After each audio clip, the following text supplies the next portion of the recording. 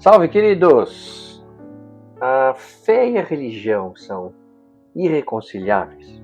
O mundo de hoje não precisa da religião. A ciência sozinha consegue resolver todos os problemas do mundo? Essas são apenas algumas perguntas de uma lista quase infinita que as pessoas fazem ao longo dos séculos. Um dos conceitos mais arraigados em nossa sociedade contemporânea é o do secularismo, ou seja, uma filosofia ou movimento que promove a separação entre instituições religiosas e o governo, defendendo que as questões de governança e as leis devem ser baseadas em princípios racionais e não religiosos. O secularismo busca garantir que a religião e as crenças religiosas não influenciem indevidamente as políticas públicas e que o Estado não favoreça ou discrimine nenhuma religião em particular. Por exemplo, a primeira emenda da Constituição dos Estados Unidos, ela proíbe a criação de uma religião oficial e garante a liberdade religiosa. Ela é um exemplo clássico do princípio do secularismo. Como todo o sistema educacional do Ocidente é baseado na abordagem científica, que teve sua origem com o empirismo moderno e do método científico de Francis Bacon e de René Descartes, com a sua geometria analítica e a aplicação da matemática ao estudo da natureza, para mencionar apenas dois exemplos, a sociedade ocidental contemporânea desenvolveu essa visão secular sobre o mundo, ou seja, apenas a ciência é capaz de atender às demandas da sociedade. Essa é a conclusão. Mas será que é assim? Grande parte das pessoas, elas partem de uma fantasia, de que a ciência nos dá todas as respostas que precisamos. Só que a gente sabe, que cada resposta que a ciência nos dá surgem novas perguntas. E claro que essas perguntas surgem em quantidades desproporcionais às suas respostas. Por exemplo, a ciência não conseguiu ainda responder inúmeras perguntas, como por exemplo, como a gravidade influencia a matéria, o que é a matéria escura e a energia escura, que compõe mais de 80% do que existe no universo, a unificação das forças fundamentais da matéria, chamada teoria de tudo, unindo a gravidade, a gravitação e os efeitos quânticos. Outro, a biogênese, que é a formação da vida a partir de matéria inanimada. Então, sim, a ciência ainda não conseguiu explicar isso. A natureza da consciência, a especulação sobre existências dos multiversos, a natureza em si do tempo, a interação das partículas elementares com a massa do neutrino, antimatéria, a origem do universo, o que havia antes do Big Bang, enfim. Então, esses são apenas alguns poucos exemplos, para citar alguns, mas a lista é gigante e envolve todas as áreas da ciência. A relação entre a Bíblia e a ciência, essa relação tem sido objeto de debate e reflexão ao longo dos séculos, com perspectivas variando de conflito direto à harmonia completa, dependendo da onde se estuda e dependendo do momento também da humanidade. Essa relação, ela é, claro, multifacetada e depende em grande parte de como a Bíblia é interpretada e como a ciência é compreendida. Então o objetivo desse vídeo aqui é explorar essa relação de forma detalhada dentro do curto tempo que nós determinamos para fazer esse vídeo, e nós vamos examinar aqui as diferentes abordagens e como elas podem coexistir. Então, essas visões de conflito, então a gente começa, primeiro uma abordagem da Bíblia, que é o criacionismo literal, e isso significa que essa visão sustenta que o relato bíblico da criação, especialmente no livro de Gênesis, e eu fiz um vídeo aqui sobre o livro de Gênesis, recomendo que você assista, ele deve ser interpretado literalmente. Então, esse é o criacionismo literal, diz, olha, o que está escrito no livro do Gênesis é isso que aconteceu. Então, Deus criou o universo em 6 dias e a Terra tem apenas alguns milhares de anos, né? E, claro, né, isso traz alguns conflitos com a ciência, porque o conflito com a teoria do Big Bang, porque a teoria do Big Bang sugere que o universo tem aproximadamente 13,8 bilhões de anos, e com a teoria da evolução, que descreve o desenvolvimento gradual da vida ao longo de milhões de anos. Como exemplo, o julgamento de Scopes, em 1925, onde o ensino da evolução foi contestado legalmente nos Estados Unidos, o que exemplifica esse conceito. Então, tem muita gente que acredita no criacionismo literal, é só uma opção de como você vê a Bíblia. O segundo é a rejeição da evolução. Alguns grupos religiosos rejeitam a teoria da evolução completamente, né? Defendendo que todas as espécies foram criadas por Deus em sua forma atual. Isso também traz conflitos com a ciência, porque rejeita as evidências fósseis e genéticas que apoiam a evolução biológica, muito embora a teoria da evolução das espécies de Charles Darwin não chama teoria à toa. Ela é uma tese, né, que tem, claro, tem fundamentos, mas tem coisas que não se explica, né? Por exemplo, o que chamam de o elo perdido. O que é o elo perdido? Antigamente tinha uma série na TV, né, na década de 70, que era o elo perdido, 70 e 80. Que diz o seguinte, cara, a teoria da evolução das espécies, né, ela fala da evolução das espécies, então tem um conceito arraigado, né, na sociedade, que o homem veio do macaco, mas quando você vai ver, não é bem assim, né? Por quê? Porque se você pega o macaco mais inteligente, né, e não é qualquer macaco, aliás, é o chimpanzé, né? Nós temos mais a ver com o chimpanzé do que com o gorila, por exemplo, né? Em termos biológicos, nós não temos nada a ver com o gorila, mas com o chimpanzé, sim, né? Nós compartilhamos 98% da carga genética junto com um chimpanzé, por exemplo, só que esses 2% fazem muita diferença, né? Então, assim, você pegar um chimpanzé mais inteligente, né, que exista, aqueles chimpanzés que usam linguagens e sinais, né, que alguns adestradores ensinaram, você pega o chimpanzé mais inteligente e o ser humano mais burro, limitado intelectualmente, a diferença é brutal. Então, a teoria da evolução das espécies diz que existe um elo perdido. Então, se nós viemos do macaco, tem alguma coisa que está faltando no meio, né? Que não fecha isso.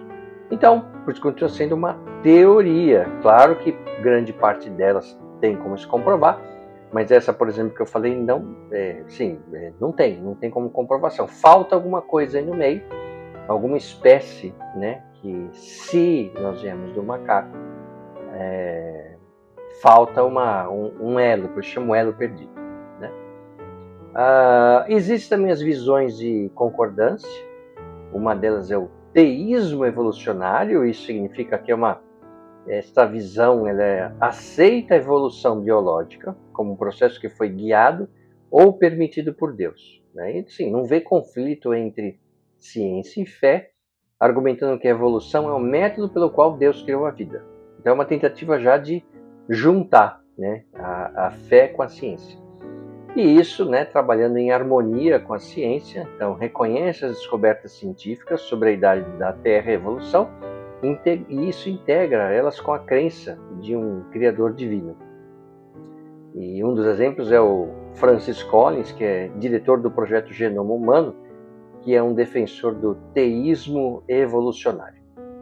Um outro é o tal chamado, esse ficou mais famoso mais recentemente, que é o chamado design inteligente. E isso é uma polêmica, principalmente nos Estados Unidos, gigantesca.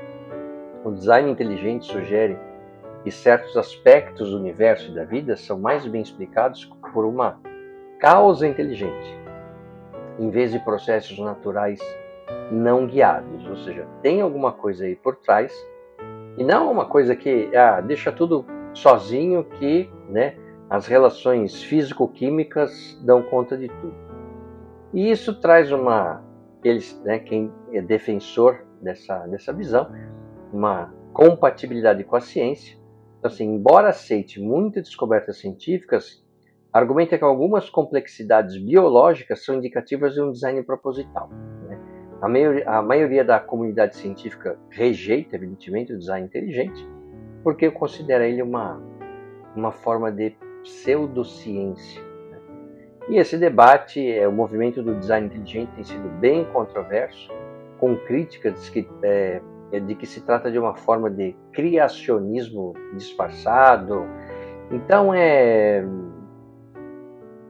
e isso nas escolas nos Estados Unidos tem um grande debate sobre se as escolas devem trabalhar também essa explicação, quando envolve uma questão mais religiosa, não puramente científica. E tem também as visões de independência. Então tem uma que chama Non-Overlapping Magisteria, que é a NOMA. Essa visão foi proposta por Stephen Jay Gould. O NOMA sugere que a ciência e a religião tratam de domínios distintos e não sobrepostos. Então a ciência lida com o mundo físico, enquanto a religião aborda questões de moralidade e significado espiritual. Existe então essa coexistência, sendo que essa visão permite que ciência e fé coexistam sem conflito, porque operam em esferas diferentes. Na prática, muitas pessoas adotam essa abordagem porque vê a ciência como uma forma de entender o como do universo e a religião como uma forma de entender o porquê.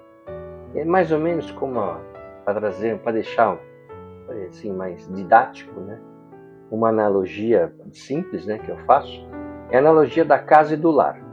Então você constrói uma casa, contrata um engenheiro, um arquiteto, enfim. Quando terminar, você vai ter uma casa. Se colocar móveis, continuará com uma casa vazia, porém imobiliada.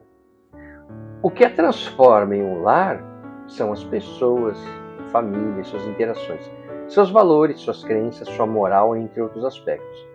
Assim como a religião não constrói casas, a ciência não define valores humanos. Então, no vídeo que eu fiz sobre o Espírito Santo, aqui no canal, que você pode assistir também, lá eu falava dessa visão bíblica, que Jesus Cristo ele é ao mesmo tempo divino e humano, e todo o aspecto religioso também diz isso sobre a humanidade. Nós não somos só matéria e não somos só divino, somos as duas coisas, essa coisa aparentemente meio mal resolvida. Mas quando a gente fala de casa e de lar, é um pouco isso. A casa é a matéria, o lar são essas interações, são esses valores, são os aspectos culturais, as relações familiares. Então começa a fazer essa distinção. Eu particularmente acho essa visão interessante. Outra visão de integração é a cosmologia física. Então a criação em Big Bang. Então alguns teólogos e cientistas veem o Big Bang como consistente com a ideia de criação divina, porque argumentam que a ciência pode descrever o início do universo, mas a teologia oferece uma explicação para sua causa primeira. Dentro do conceito de antropocentrismo, a ciência revela um universo vasto e aparentemente indiferente, mas a teologia pode fornecer um sentido de propósito e significado, argumentando que a humanidade tem um lugar especial na criação. Outra visão de integração é a neurociência e psicologia. Então, aspectos como, por exemplo, a consciência e a alma. A neurologia explora a mente e a consciência, enquanto a teologia discute a alma e o espírito. Alguns estudiosos acreditam que a compreensão científica da mente pode complementar a visão teológica do ser humano como um ser espiritual. Então, a relação entre a Bíblia e a ciência é, claro, evidentemente, complexa, é multifacetada. As diferentes visões variam desde o conflito direto, onde interpretações literais das escrituras se chocam com descobertas científicas, e até abordagens que veem a ciência e a fé como complementares, cada uma oferecendo uma perspectiva única sobre a realidade.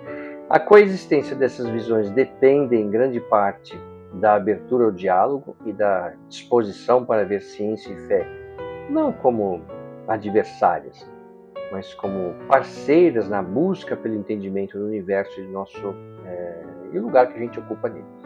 A ciência pode oferecer insights sobre mecanismos do cosmos, enquanto a fé pode fornecer significado e propósito, juntos formando uma visão mais completa da existência humana.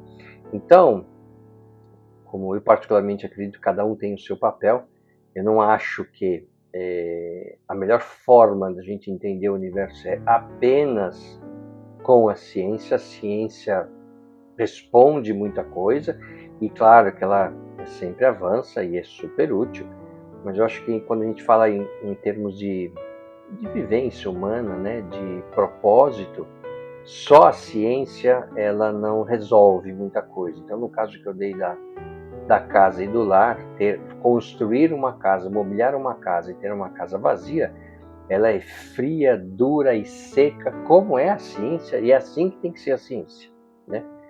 O que traz, então, essa complementação pelo aspecto mais humano são questões que a ciência ela não aborda e ela nem tem esse propósito, ela não tem esse objetivo.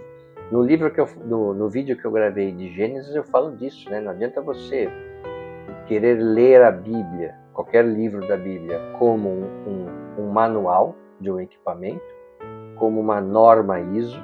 Não é assim que a leitura da Bíblia funciona. Assim também como não adianta você pegar um livro de biologia e tentar encontrar traços de Deus dentro de um livro de biologia. Não funciona. O que eu noto, e vocês podem procurar isso em qualquer lugar, é que, por incrível que pareça, a ciência conseguiu comprovar muitos aspectos da Bíblia, né? Então, só para dar um exemplo, né? Até o século XIX, se não me engano, ou XIX, acho que XIX,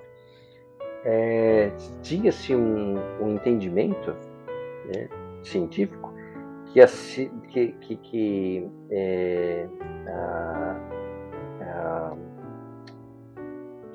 Nabucodonosor, né, Babilônia, que a Babilônia nunca existiu, né? Que a Babilônia era uma história, era uma ficção e que ela nunca existiu. E depois, né, no século XIX, se descobriu que a Babilônia realmente existiu, né? Então não era uma história, né? Então assim, a ciência, né, por conta de achados arqueológicos, comprovou o que está nas escrituras. Então assim, tem vários relatos de coisas que se duvidava se realmente era fato, se realmente existiu ou não, mas e a ciência, quando eu falo os vários ramos, né? Por exemplo, existem mais comprovação científica da existência de Jesus do que de Sócrates, por exemplo, né? Ou do próprio Aristóteles. Muito embora a gente, tradicionalmente, ninguém questiona a existência de Sócrates e de Aristóteles, né? Sócrates não escreveu nada, não deixou nada. Tudo que a gente sabe de Sócrates é pelo discurso pelas histórias de Platão, né? Mas ninguém discute, né? A gente tem como princípio básico que Sócrates existiu e que não foi uma história contada por Platão, né? Porém, existe muita discussão, né? Inclusive alguns autores e tal, que duvidam da existência de Jesus Cristo, muito embora vários relatos, e eu não estou falando relatos bíblicos, tá? Eu estou falando de relatos de outras pessoas de outras regiões que relatam, né, a existência de que Cristo realmente existiu, enfim. Então, eu vejo assim, viver, né, nos dias de hoje apenas com a fé, apenas com a religião, eu acho problemático, né? Muito embora, né, tem muita gente que vive assim, tá certo? Você pega, por exemplo, os personagens bíblicos, né? Na época que os textos foram escritos, eles não tinham a ciência, né, para ajudá-los na vida. Por isso que tudo deles vinha de alguma entidade divina, seja ela o Deus monoteísta, judaico-cristão, ou não, né? Seja os deuses do paganismo, né? Onde você tinha aí muitas divindades, né? Não existia ciência. Então, para as pessoas daquela época, tudo tinha uma origem divina. Aí depois vem, né, a evolução humana, que não sei o quê, passamos a Idade Média, o desenvolvimento científico e principalmente na sociedade ocidental, agora é exatamente o contrário. Parece que tudo é da ciência e que não existe Deus, né? Assim, a gente não precisa de Deus para viver. E claro que também tem muita, mas muita gente, e gente do bem, hein? Não tem nada de errado com isso, que vive apenas com a ciência, não acredita em nenhuma divindade, né? São os ateus, e eu não tenho nada contra, né? Eu sempre falo que eu não tenho problema nenhum com a pessoa ser um ateu convicto, né? A minha preocupação está no fato de que o que é que esta pessoa colocou no lugar de Deus, né? Se você assistir aqui no meu vídeo, no meu canal aqui, eu fiz um vídeo sobre Eclesiastes, né? Que é uma leitura bem legal da Bíblia, né? Onde a gente tem lá o relato de Salomão, que foi um dos reis de Israel, filho do rei Davi, né? Foi o terceiro rei, então primeiro foi Saul, depois Davi, depois Salomão, foi filho do rei Davi. Ele escreve o livro de Eclesiastes falando exatamente disso, falando da vida humana sem Deus, né? Que ele tentou preencher esse lugar de Deus no coração dele com tudo que você possa imaginar, né? E ele percebeu que, assim, tudo que ele colocou não adiantava nada, sempre chegava a frustração, porque nada preenchia, né, esse buraco gigantesco que o ser humano tem, que é um buraco do tamanho de Deus, certo? Então, quando a pessoa fala para mim, eu não acredito, eu sou ateu, não sei o quê, não, pode ser, não tem problema nenhum com isso. Agora, o que você colocou no lugar, hein? É o quê? É o trabalho, é dinheiro, é drogas, sei lá, sexo, enfim. Por quê? Porque a gente vê, né, todos os relatos bíblicos, que o coração humano não fica vazio. Alguma coisa, isso por uma questão atávica do ser humano, alguma coisa nós vamos servir, tá certo? E aí, do que você lê na Bíblia, a gente fala, é melhor servir a Deus do que qualquer outra coisa, porque segundo, né, Cristo nos ensinou, e falando para os discípulos, falando, meu jugo é leve. Daí eu falei isso já em alguns vídeos. Jugo é aquela madeira que você coloca no ombro do boi, né, para os carros de bois que eles vão puxar. E Cristo fala, meu jugo é leve. Então, assim, dado que alguma coisa nós vamos servir, porque não tem como o ser humano, isso não sou eu que estou falando, né? Segundo o que está nos textos bíblicos, O ser humano sempre vai servir a alguma coisa.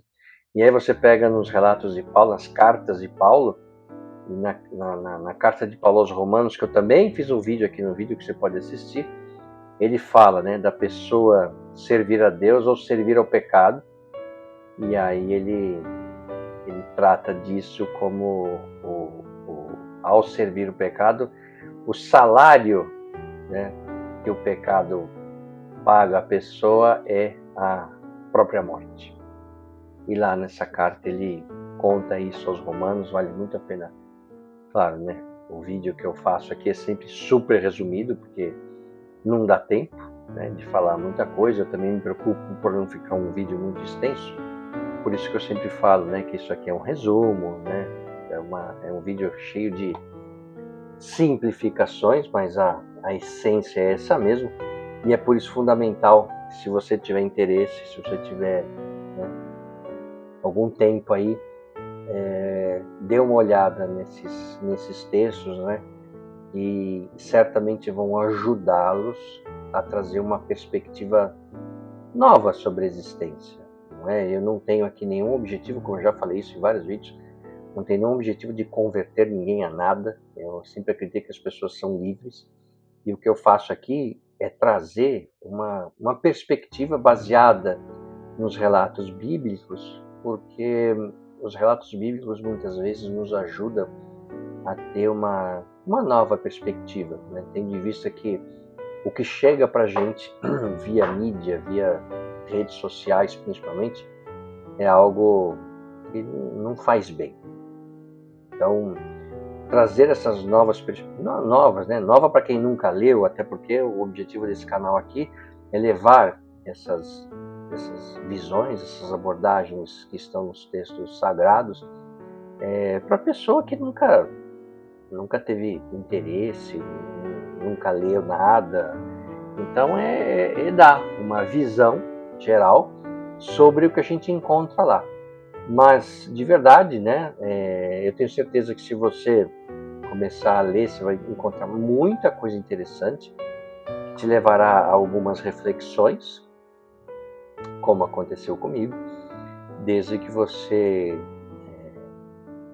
leia, claro, uma Bíblia que seja de uma linguagem simples. Eu sempre falo da versão A Mensagem, que é algo que você lê como se fosse um livro, um romance, né?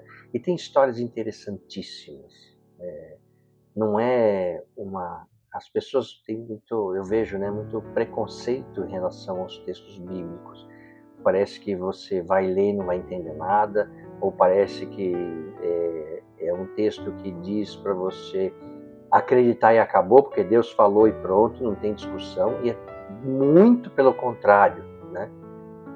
Tanto Deus quanto Jesus, eles incentivam a dúvida.